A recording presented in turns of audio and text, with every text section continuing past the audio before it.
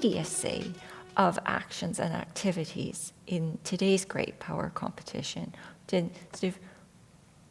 I think, can precipitate action or a desire for action or desire for a response that isn't necessarily a calibrated response or one that the public is satisfied with.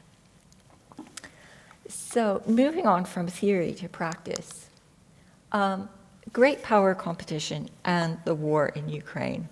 So the present conflict in Ukraine is as much a contest between two great powers, or one great power and a revanchist former great power, might say, of Russia, really seeking to reclaim territory, but also to reassert influence in a part of Europe that it feels belongs to Russia historically, and a rejection of American hegemony in Europe, and a rejection of the post-World War II rules-based international order, institution-based international order, that many European states have looked to for security, also for legitimacy, and certainly the post-Cold War world order. You saw the rise of, a unipolar 30 years, really, the rise of American influence, unchallenged American influence, the expansion of institutions like NATO, right up to former Soviet republics, and the growth of the European Union. And this, to Russia, is a threat, an existential threat. It's something they're very, very uncomfortable with. The idea that Ukraine would somehow be joining this party did not sit well, and the idea that Russia didn't enjoy the special privileges of a great power was something that was very uncomfortable. And I'm sure that many of you will recall that I believe it was 2004, Russia expressed a wish to join NATO, but they declined because they were told they would have to apply, like every other member state, and they felt that that was not appropriate and that Russia, as a great power, should be invited to join NATO instead. And they did not pursue membership further.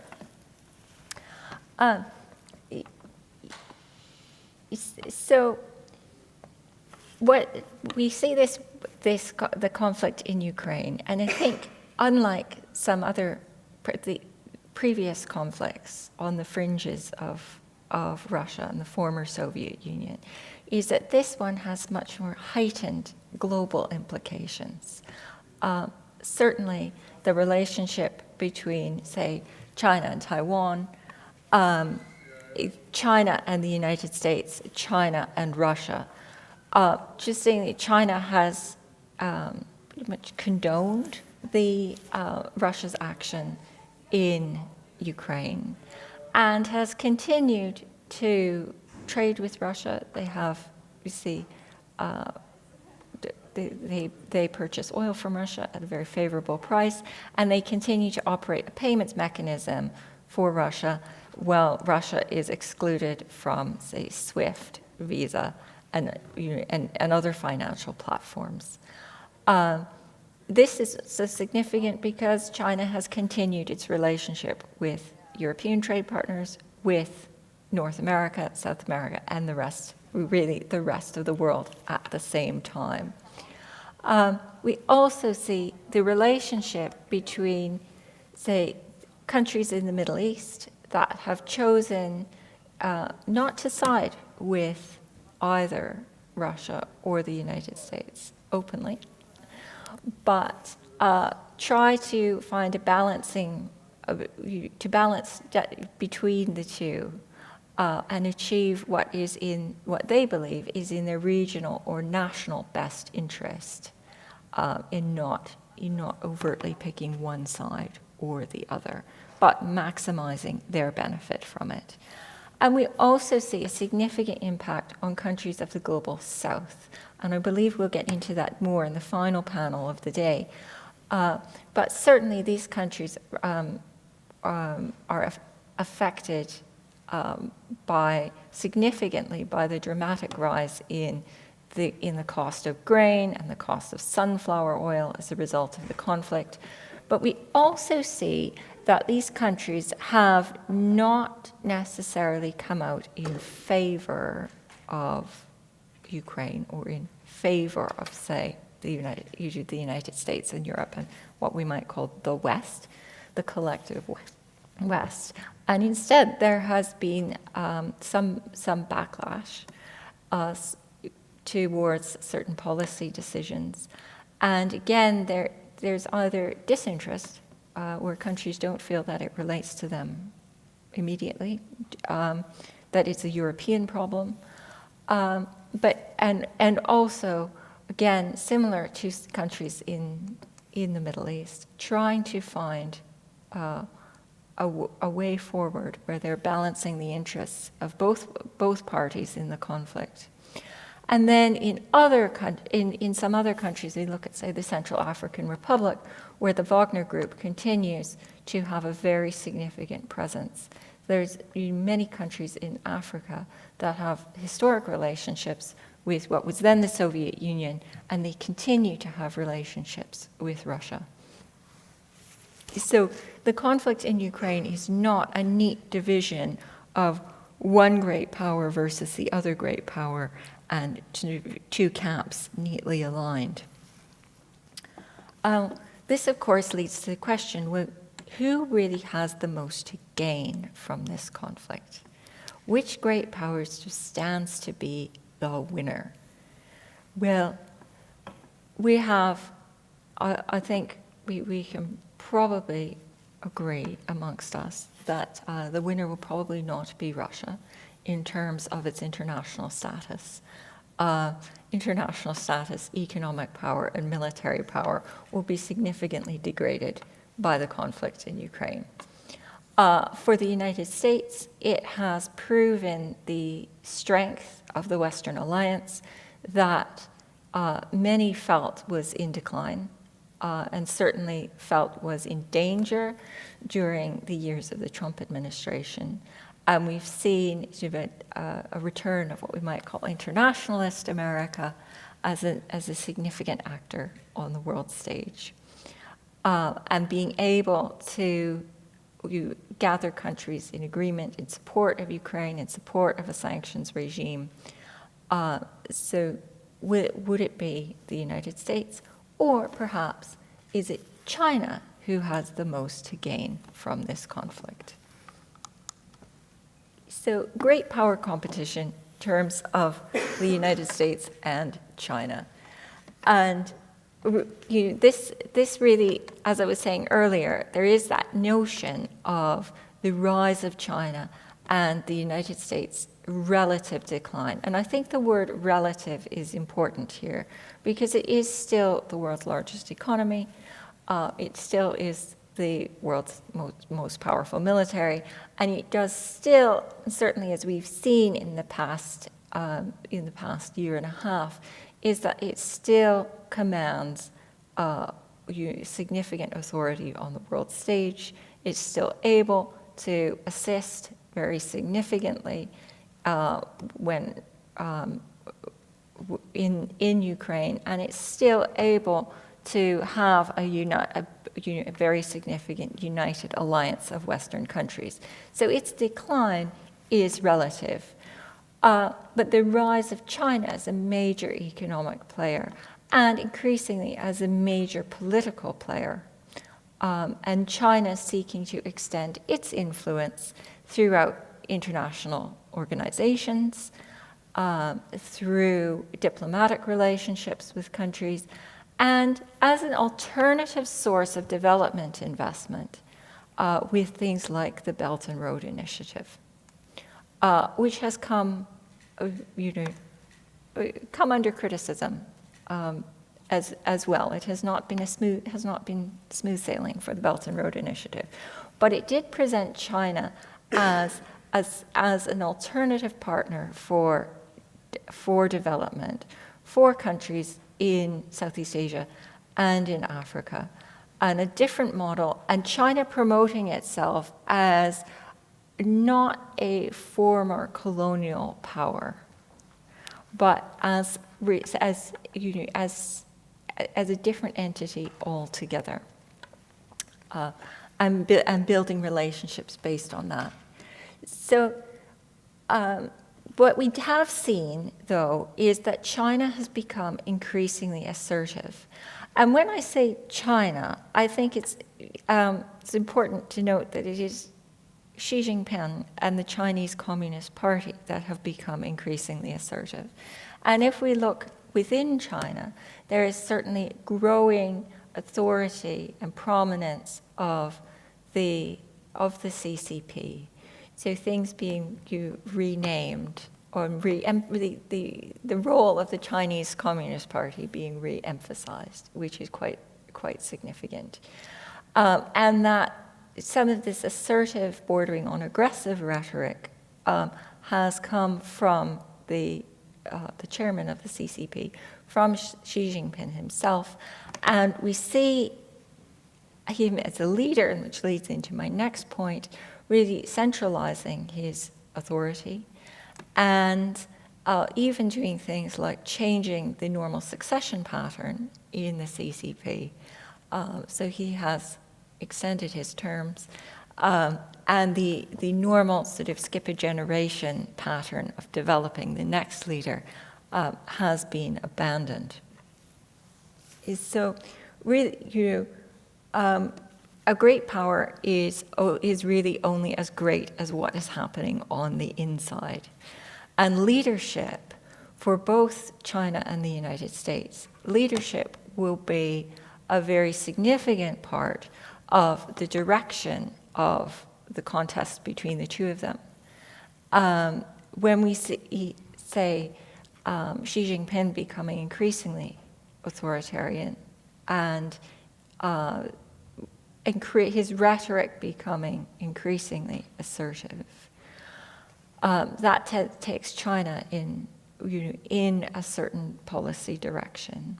In 2024, the United States will have another presidential election, and certainly the tone of American rhetoric, the kinds of diplomatic relationships that the United States would like to have and willing to invest in and prioritize, and the kinds of responses that they may choose to take to increased Chinese assertiveness will really, really depend on who ends up in the White House. So we saw a significant shift from the Trump administration to the Biden administration, and what happens next remains to be seen. I'm not placing any money on it just yet. But what also really influences great power competition at home is the health of the domestic economy. So the United States this year is pinned to have the highest rate of growth in the G7, followed by Canada.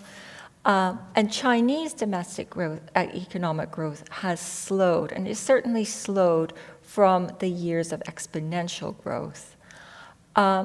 And this, what happens at home is really significant for how much countries are able to act abroad, and how it might curb their ambitions in real terms, in terms of what military expenditure, how much they can invest in other countries, and how much domestic political appetite there is for greater involvement overseas. Now, public appetite tends to influence the United States much more than it does China. But the health of the two powers' respective economies will be really significant for how the competition between the two of them eventually plays out. Both countries face significant demographic challenges. So China will see a dramatic decline in its birth rate, we see that the coming of age of the one-child policy means that there is quite a significant demographic contraction. Now, it's very difficult to have a large army if you have a small population and a small replacement birth rate. And there will also be a significant burden of looking after an aging population.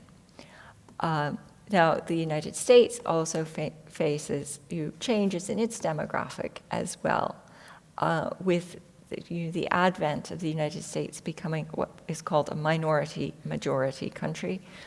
And there being different, again, a huge number of baby boomers who will retire, who will leave the workforce, who will have significant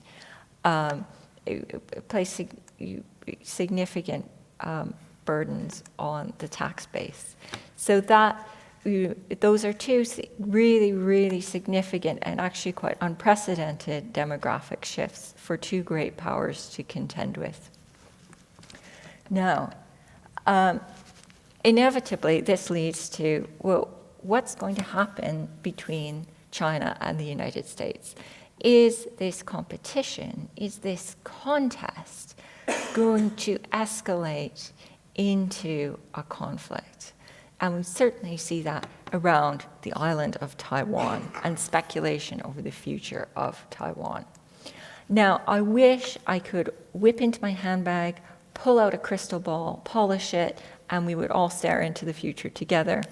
Unfortunately, my luggage got lost. My crystal ball isn't here.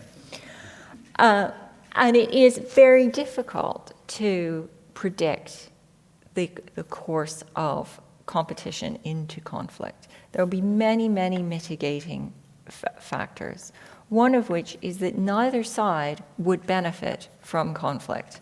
Conflict between two nuclear powers means that no one is a winner. The conflict in Ukraine is really significant for China because it has provided an observatory of what happens when a former great power, a country that sees itself as a great power, takes action, takes aggressive action against another sovereign state. And it will have seen the immediate condemnatory response of the United States and the Western alliance.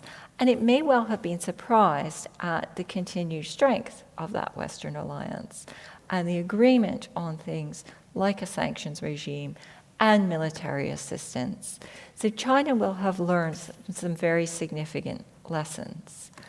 One lesson is that if it is to invade Taiwan, is that an invasion has to be nearly undetectable and has to happen very quickly so that to preempt a response, and it has to be successful on the first go. If you're going to seize a capital in 3 days, you have to do it in 3 days. Otherwise, your campaign is not going to go in the direction that you want. So there will be political lessons to extract from this. There are significant military lessons to extract from this. Well, I would argue that because, yes, there is competition between the United States and China. There is tension over the island of Taiwan.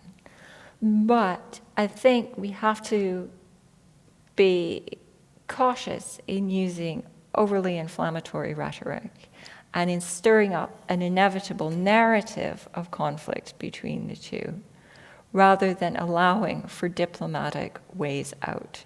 And we've seen in the visit last week of the United States Secretary of State to his Chinese counterpart that there is on both sides a willingness for dialogue.